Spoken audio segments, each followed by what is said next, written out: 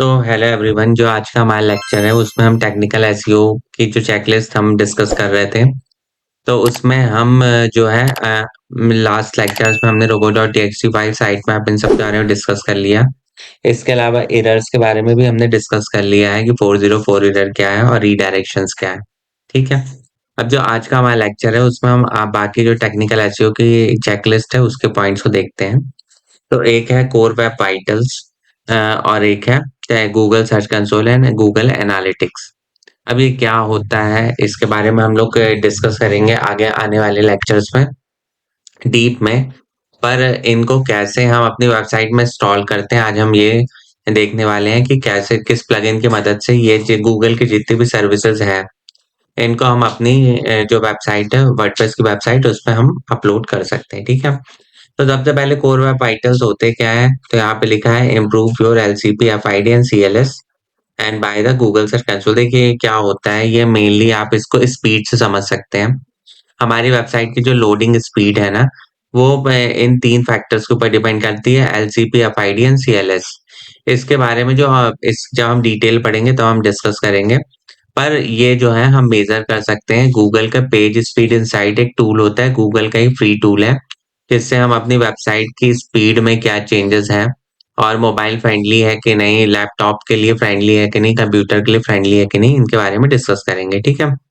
इसके अलावा आज हम गूगल सर्च कंसोल को कैसे अपनी वेबसाइट में इंस्टॉल करते हैं और गूगल एनालिटिक्स को कैसे करते हैं, ये सारी चीजें हम डिस्कस करने वाले हैं। तो इसके लिए आपको वेबसाइट के बैकएंड पे आना है। ये मैं अपनी वेबसाइट के बैकएंड पे आ रहा हूँ। ठीक है। और आपको एक प्लगइन सर्च करना है जिसका नाम है साइटकिट। ठीक है।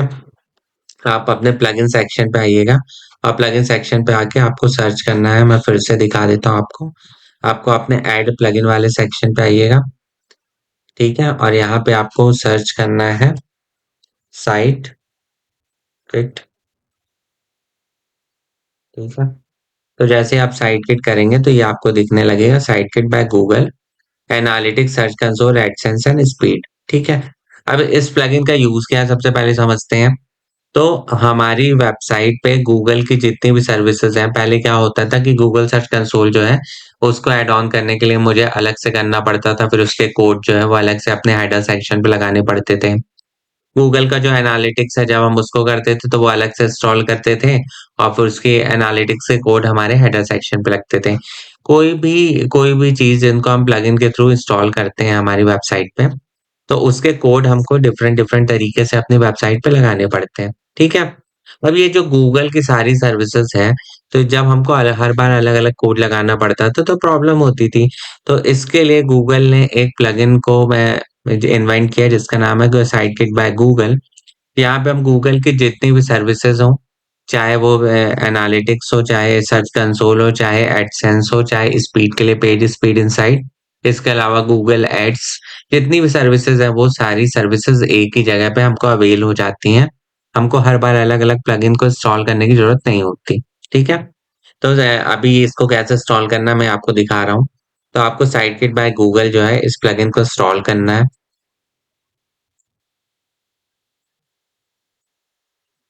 जैसे ये इंस्टॉल होगा तो आपको सिंपली इसको एक्टिवेट करना है।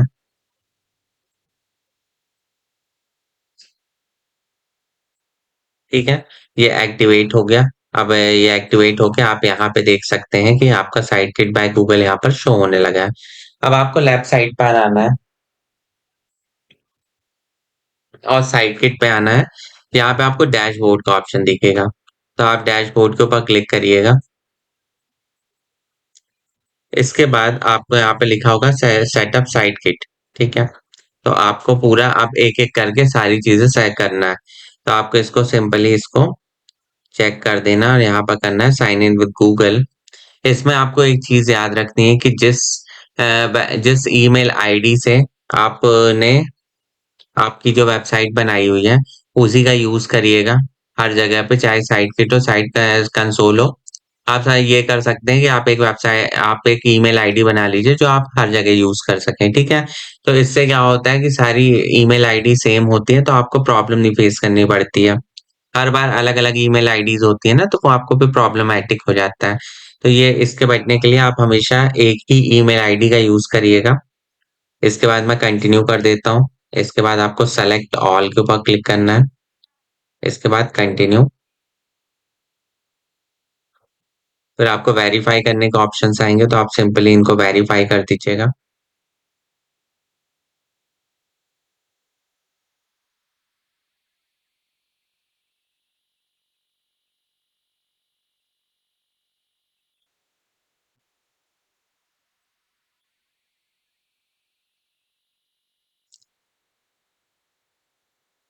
ठीक है, ये वेरीफाई हो गया। अब ये हमसे पूछ रहा है कि आपको एनालिटिक्स के अकाउंट का क्या नाम रखना है, प्रॉपर्टीज वगैरह। तो ये सारी चीजें दे एक बार चेक कर लीजिएगा। यहाँ पर आपकी जो यहाँ पे आया है वो बाय डिफॉल्ट सही आएगा। इसके बाद क्रिएट अकाउंट के ऊपर क्लिक कर दीजिएगा। ठीक है, तो यहाँ पे कंटिन्यू करना है आपको। यहाँ पे फिर से कंटिन्यू करिएगा।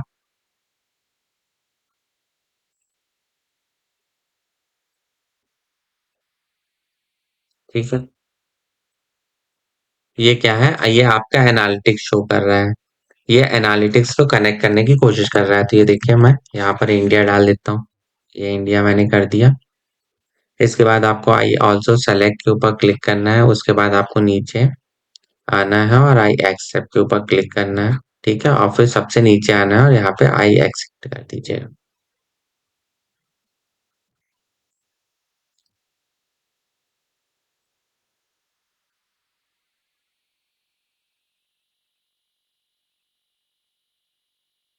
ठीक है, अब ये देखिए, ये हमारा इस तरीके से डैशबोर्ड दिखेगा। ये गूगल सर्च कंसोल का डैशबोर्ड है। ये एनालिटिक्स का है। अब आपको सबसे पहले यहाँ पर आके अपने साइड शीट में यहाँ पर आपको डैशबोर्ड के ऊपर क्लिक करेंगे आप, तो आपको यहाँ पर शो होगा ये ये डैशबोर्ड है, लेकिन यहाँ पर कोई डेटा नहीं है। इसके अलावा आप अपनी सेटिंग में यहाँ पर सेटिंग में क्लिक करेंगे। तो जैसे ही आप सेटिंग के ऊपर क्लिक करेंगे तो यहाँ पे आपको दिखेगा, ये देखिए, आपका सर्च कंसोल जो है वो आपकी वेबसाइट से कनेक्ट हो गया है। गूगल एनालिटिक्स आपकी वेबसाइट से कनेक्ट हो गया है। एंड पेज स्पीड इनसाइट जो है ये भी आपकी वेबसाइट से कनेक्ट हो गया है। ठीक है, इसके अलावा गूगल की अदर सर्विसेज, चाहे आप गूगल एड्स को करना चाहते हो, गूगल एडसेंस अपने से करना चाहते हो, टैग मैनेजर, ये सारी चीजें जब हम अलग से करते थे तो इसके लिए क्या करता था, कोड लगाना पड़ता था हमारी वेबसाइट पे अलग अलग। तो ये सारी सर्विसेज एक ही जगह पे हम ऐड ऑन कर सकते हैं by the plugin Google site kit. या गूगल का ही एक फ्री प्लगइन है, जिससे आप सारी चीजें गूगल की सर्विसेज को अपनी वेबसाइट पे यूज कर सकते हैं। ठीक है, तो ये देखिए, मेरी ये सारी चीजें हो गई हैं। अब ये जो डेटा है, अब यहाँ पे डैशबोर्ड के ऊपर आएंगे, तो इसमें ले अराउंड 72 आवर्स में यहाँ पर डेटा जो है वो गैदर होना स्टार्ट हो जाता है। ठीक है, ये पेज स्पीड इनसाइट का है, यहाँ पे सर्च कंसोल का है। ठीक है, ये एनालिटिक्स का डैशबोर्ड है, और ये पेज स्पीड इनसाइट का है। ठीक है, ये क्या है, डेटा को गैदर कर रहा है धीरे धीरे। ये देखिए, ये जो मैं आपको एलसीपी बता रहा था, सीएलएस बता रहा था, तो ये सारी चीजें जो है वो यहाँ पर आपको शो होने लगेंगी। अब ये जो रिपोर्ट्स है ना, इनको आप डिटेल देखना चाहते हैं तो आप कहाँ से देखेंगे, जैसे ये एनालिटिक्स की रिपोर्ट है, तो यहाँ पर राइट साइड पे आपको एनालिटिक्स के ऊपर क्लिक करेंगे। तो जैसे ही आप क्लिक करेंगे तो अभी तो आपको कोई डेटा नहीं शो होगा, क्योंकि जस्ट मैंने इसको सेटअप किया और मैंने आपको बताया कि 72 आवर्स में डेटा कलेक्ट होना स्टार्ट होता है। पर ये जो पूरा डैशबोर्ड होता है ये आपको शो होना स्टार्ट हो जाता है। आप यहाँ से पूरे डैशबोर्ड को चेक कर सकते हैं एनालिटिक्स के। यहाँ पे अभी कोई डेटा नहीं दिख रहा है, पर ये जो है गूगल एनालिटिक्स का डैशबोर्ड है। इसी तरीके से आप नीचे आएंगे तो यहाँ पे आपको सर्च कंसोल का डैशबोर्ड दिखेगा। ठीक है, ये गूगल सर्च कंसोल का डैशबोर्ड यहाँ पर आपको शो होने लगा है। ठीक है, ये यहाँ पे कोई डेटा नहीं है, लेकिन ये डैशबोर्ड है किसका, गूगल सर्च कंसोल का। इसके अलावा आप नीचे आके और यहाँ पे एनालिटिक्स का हो गया, ये हो गया, और यहाँ पे आप पेज स्पीड इनसाइट जो है, ये पेज की आपकी स्पीड को बताता है। इसका भी डैशबोर्ड जो है वो स्टार्ट हो गया। ये मोबाइल व्यू है और ये डेस्कटॉप व्यू है। ठीक है, तो एक ही plugin Google speed, Google site kit से हम तीनों सारे जो उसकी सर्विसेज है वो हम चेक कर सकते हैं। ये हमारे परफॉर्मेंस को चेक कर रहा है और बताएगा कि मोबाइल में हमारी वेबसाइट की स्पीड किस तरीके की है। ये देखिए, डेटा खुल गया है। मोबाइल में हमारी वेबसाइट का परफॉर्मेंस किस तरीके का है। ठीक है, और ये देखिए ये मोबाइल के हैं सारे। ये पूरी वेबसाइट का व्यू वगैरह दिख रहा है, क्या कमियां है, जो भी कमियां वो रेड से शो कर रहा है। ठीक है। इसके अलावा डेस्कटॉप में मैं अपना परफॉर्मेंस देखना चाहूँ तो ये देखिए डेस्कटॉप के हिसाब से मेरा परफॉर्मेंस अच्छा है। यहाँ पे सारा कंटेंट जो है वो प्रॉपरली लोड हो रहा है। अब ये सारी चीजें जो कमियां हैं, जो हमारी वेबसाइट में कमियां हैं, उसको हम क्या कर सकते हैं। हम बहुत सारे प्लगइन होते हैं, जैसे WP ऑप्टिमाइज एक प्लगइन होता है जिसकी मदद से हम ये जितनी भी हमारी स्पीड से रिलेटेड प्रॉब्लम, हमारी वेबसाइट में लोडिंग से स्पीड प्रॉब्लम है। देखिए मेनली दो चीज के ऊपर डिपेंड करता है। एक तो आपकी होस्टिंग के ऊपर डिपेंड करता है कि उसमें प्रॉपर स्पेस होना चाहिए। इसके अलावा बहुत सारी चीजें जो है हमारी, कभी कभी ऐसा होता है कि हम बहुत ज्यादा HD इमेजेस का यूज कर देते हैं। जो हमारी हीरो इमेज होती है वेबसाइट की, बहुत ज्यादा हैवी साइज की होती है, इस वजह से भी लोड होने में टाइम लगता है। तो ये सारी प्रॉब्लम्स को हम, बहुत सारे प्लगइन होते हैं, जैसे एक WP ऑप्टिमाइज हो गया, WP स्मश हो गया, मैं आगे आने वाले लेक्चर्स में डिस्कस करूंगा। तो इन सारे प्लगइन की मदद से हम ये जितनी भी अपनी वेबसाइट की स्पीड है उसको बेटर कर सकते हैं। ठीक है। पेज स्पीड इनसाइट टूल्स केवल हमारी जो परफॉर्मेंस है उसको बताता है कि मोबाइल में किस तरीके से हमारा परफॉर्म कर रहा है और हमें लैपटॉप में किस तरीके से कर रहे हैं। ठीक है। तो आने वाले जो लेक्चर हैं उसमें हम Google analytics, Google Search console, ये क्या होते हैं, इनका क्या यूज होता है और डेटा किस तरीके से गैदर होता है, इन सब के बारे में बिल्कुल डीप में डिस्कशन करेंगे। ठीक है। तो आज के लेक्चर के लिए इतना ही, मिलते हैं नेक्स्ट लेक्चर में। Thank you so much.